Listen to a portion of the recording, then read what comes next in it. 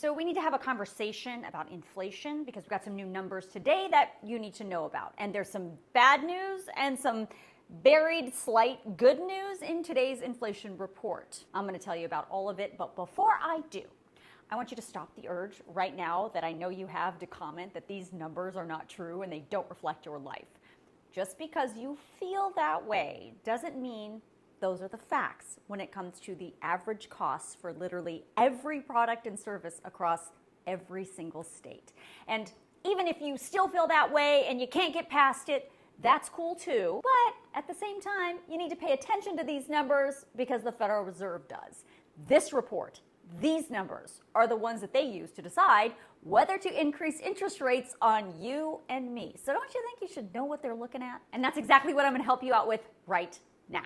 I'm going to start with the bad news, and it's not that bad, but for the first time in more than a year, in July, overall inflation increased. Not enough to set off any alarms, but still it went up. July inflation was 3.2% higher in July of this year than it was July of last year. In June, inflation was 3%, so it increased 0.2% month over month. That's the first time that has happened in 13 months. Not great. Now, looking at the big picture, 3.2% is still significantly lower than the 9.1% inflation we saw in June of 2022. But 3.2 is not 2%, which is the Federal Reserve's target inflation rate. So where are these increases coming from? Generally, energy was down between July 2023 and July 2022, except for electricity, which was up 3%. And food was still uncomfortably high. In fact, it was up almost 5% in July over July of 2022.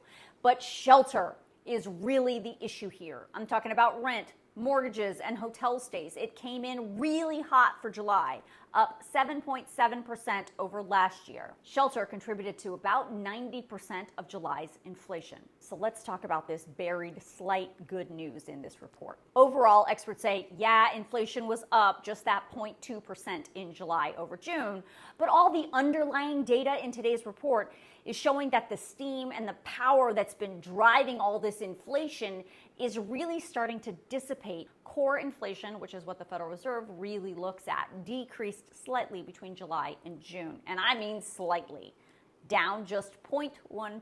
Now, I know that does not seem like a lot, but it's actually good because it adds to the trend. Core inflation has steadily been decreasing month over month for the last 4 months. Core inflation includes every item and service that is measured except food and energy. Core inflation includes furniture, housing, clothing, medical services, transportation, computers, all that type of stuff. The Fed says food and energy need to be excluded because they're so volatile and the prices depend on lots of different outside factors that can't be predicted. So, of course, they look at everything overall, including food and energy, but they pay special attention to those core prices to really see how inflation is impacting American households. The Federal Reserve is scheduled to meet again to decide whether or not to raise interest rates again in September, but it's really possible they may pause any rate increases in September because of reports like this one.